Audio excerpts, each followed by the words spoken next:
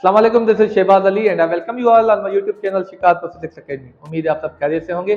आज का जो हमारा लेक्चर है वो क्लास 9 से है, चैप्टर नंबर 2 से लेक्चर नंबर 5 है एक्सीलरेशन। इस लेक्चर के अंदर हम एक्सीलरेशन मालूम भी करेंगे क्या होती है और उसका यूनिट क्या होता है और वो किस फिजिकल क्वांटिटी से जो है ताल्लुक रखती है, सारा कुछ स्टडी करेंगे। इससे पहले के लेक्चर के अंदर हमने पढ़ा था स्पीड और वेलोसिटी। स्पीड क्या होती है, वेलोसिटी क्या होती है। वेलोसिटी जो होती है द चेंज इन डिस्प्लेसमेंट पर यूनिट टाइम, मतलब कितना डिस्प्लेसमेंट कितने टाइम में कवर हो रहा है या पर यूनिट टाइम कितना डिस्प्लेसमेंट कवर हो रहा है, उसको हम बोलते हैं वेलोसिटी।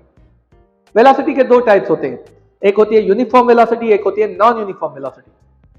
यूनिफॉर्म वेलोसिटी में क्या होता है, यूनिफॉर्म वेलोसिटी में जब जो है the displacement covered per unit time is same are the when the body covers same displacement in same interval of the time is called uniform velocity. मतलब जब सेम डिस्प्लेसमेंट ही कवर हो same time में बार बार, तो उसको हम बोलते हैं यूनिफॉर्म वेलोसिटी। मतलब बॉडी की जो वेलोसिटी है वो चेंज नहीं होती, वो कांस्टेंट ही रहती है, सेम रहती है।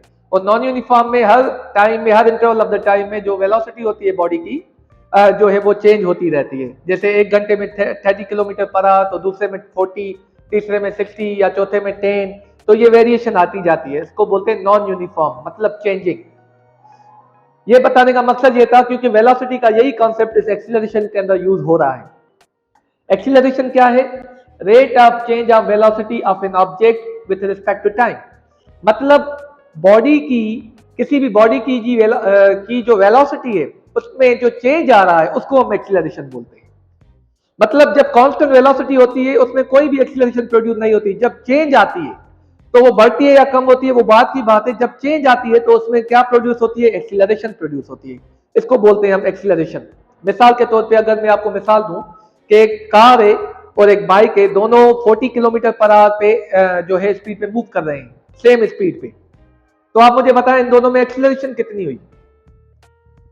जी बिल्कुल, उसमें एक्सीलरेशन कुछ भी नहीं होगी। क्यों? क्योंकि दोनों जो है कांस्टेंट स्पीड या कांस्टेंट वेलोसिटी पे जो है वो मूव कर रही है, यूनिफॉर्म वेलोसिटी में मूव कर रही है। जब वेलोसिटी यूनिफॉर्म होगी, मतलब चेंज नहीं होगा, कोई भी उसमें मैग्नीट्यूड चेंज नहीं होगा, तो उसमें कोई भी एक्सीलरेशन प्रोड्यूस नहीं होगी। तो इसको बोलते हैं rate of change of velocity पर यूनिट टाइम।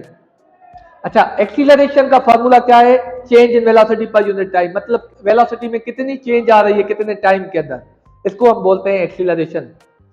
अच्छा, एक और मिसाल लेते हैं। मिसाल के तौर पे मैं आपको कहूं कि यहां से लेके यहां तक और यहां तक ये 3 घंटे, मिसाल ये 1 घंटा, ये दूसरा घंटा, ये तीसरा घंटा। अगर मैं कहूं कि एक बॉडी है जो कि यहाँ पे 30 किलोमीटर पर आवर पे चल रही है, मतलब वेलोसिटी पे, यहाँ पे भी उसकी स्पीड सेम ही है इस घंटे में, यहाँ पे बढ़ जाती है 40 हो जाती है। अब आप मुझे ये बताएं कि यहाँ पे और यहाँ पे इसकी एक्सीलरेशन कितनी हुई पहले और दूसरे घंटे पे। उस पे एक्सीलरेशन 0 हुई। क्यों? क्योंकि यहाँ पे कोई चेंज ही नहीं आया। पर अगर यहाँ पे देखें कि ये यहाँ से 30 से लेके 40 हो गई, मतलब जो वेलोसिटी है उसमें चेंज आ गई, वो बढ़ गई।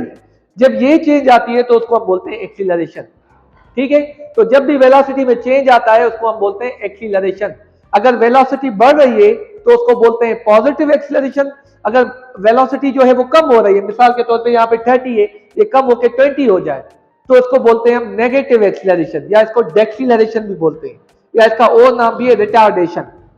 ठीक है, तो ये आपका वेलोसिटी जो है एक्सीलरेशन का कॉन्सेप्ट है। यहाँ पे देखिए एक्सीलरेशन को हम ए से डिनोट करते हैं, उसको लिखते हैं चेंज इन वेलोसिटी पर यूनिट टाइम। मतलब वेलोसिटी में कितनी जो है वो चेंज आ रही है टाइम के हिसाब से, विद रिस्पेक्ट टू टाइम। अच्छा, चेंज आप कैसे मालूम करते हैं? यहाँ पे आप देखें, ये अगर 30 है और ये 40 है, 40 हो गई, 40 किलोमीटर पर आवर होगी स्पीड, तो आप मुझे बताएं कि चेंज कितनी आई। चेंज आई 10। वो हमने कैसे फाइंड किया? फाइनल को इनिशियल से माइनस कर दिया। तो वैसे ही हम मालूम कर सकते हैं चेंज कैसे मालूम कर सकते हैं। फाइनल को जब इनिशियल वेलोसिटी से माइनस करते हैं तो हमें चेंज मिल जाती है, मतलब इस वेलोसिटी के अंदर कितनी चेंज आई। तो इसको हम रिप्लेस कर सकते हैं v F minus we I upon T.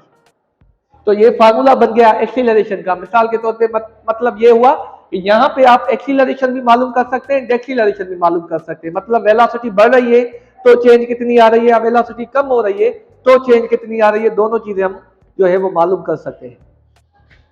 Acceleration is a vector quantity. Acceleration vector quantity होती है क्योंकि वो वेलोसिटी की चेंज होती है, मतलब वो चेंज इन वेलोसिटी होती है, और वेलोसिटी भी एक वेक्टर क्वांटिटी है, इसी वजह से ये भी एक वेक्टर क्वांटिटी है। And its SI unit is metre per second square. इसका जो यूनिट होगा वो मीटर पर सेकंड स्क्वायर होगा, स्टैंडर्ड यूनिट। चले एक न्यूमेरिकल है मेरे पास, मैंने लिखा हुआ है यहाँ पे, उसको हम सॉल्व करने की कोशिश करते हैं और कॉन्सेप्ट समझने की कोशिश करते हैं कि एक्सीलरेशन का कॉन्सेप्ट क्या है। यहाँ पे लिखा हुआ है, अब बस स्टार्ट फ्रॉम रेस्ट, एक बस है जो कि एक रेस्ट से स्टार्ट हो रही है, and travels along a straight path, और सीधे जो पाथ पे वो ट्रेवल हो रही है। इस वेलोसिटी बिकम्स 15 मीटर पर सेकेंड इन 5 सेकंड। मतलब जब वो रेस्ट से स्टार्ट हो रही है, मतलब उसकी इनिशियल वेलोसिटी क्या थी, 0, क्योंकि वो इनिशियली रेस्ट पे थी। फिर उसकी वेलोसिटी बढ़ के कितनी हो जाती है, 15 मीटर पर सेकेंड। कितने सेकंड के अंदर, 5 सेकंड के अंदर। Calculate acceleration of the bus, मतलब इस बस के अंदर कितनी एक्सीलरेशन प्रोड्यूस हो रही है। अब आप देख सकते हैं ये जो बस की जो वेलोसिटी है वो इंक्रीज हो रही है, पहले 0 थी फिर 15 हो गई, मतलब ये पॉजिटिव एक्सीलरेशन हो गई। तो सबसे पहले डेटा हम जो है लिखते हैं, डेटा क्या है, वी आई क्या है, वो 0 हो गई, 0 मीटर पर सेकेंड, क्योंकि ये खुद ही बता रहा है कि ये रेस्ट में से स्टार्ट हो रही है। अच्छा वी एफ क्या हो गई, मतलब फाइनल वेलोसिटी, ये इनिशियल, वी आई मतलब इनिशियल वेलोसिटी, वी एफ मतलब फाइनल वेलोसिटी। फाइनल कितनी हुई, 15, तो यहां पे लिखेंगे हम 15 मीटर पर सेकेंड। कितने टाइम में हो रही है, 5 सेकंड में, तो हम 5 सेकंड में लिखेंगे। एक्सीलरेशन मालूम करनी, ठीक है। अब एक्सीलरेशन का फार्मूला ये लिखा हुआ है, V F minus we I upon t, तो यही फार्मूला हम यूज करेंगे। एक्सीलरेशन का फार्मूला है V F minus we I upon time. अब यहां पे देखें कि वी एफ क्या है 15, वी आई क्या है 0 और टाइम क्या है 5, तो हम यहां पे डेटा पुट करेंगे। वी एफ हमारी है 15, वी आई क्या है 0 मीटर पर सेकेंड, टाइम कितना है 5, ठीक है। तो 15 में से 0 गया तो 15 ही बचा, 5 की टेबल ये यहां पे सेकंड हो जाएगा, 5 की टेबल 15 पे 3 टाइम्स, तो ये क्या हो गया, एक्सीलरेशन जो हो गई हमारी 3 मीटर पर सेकंड स्क्वायर हो गई। मतलब इस बस के अंदर जो एक्सीलरेशन प्रोड्यूस हो रही है वो कितनी हो रही है, 3 मीटर पर सेकंड स्क्वायर।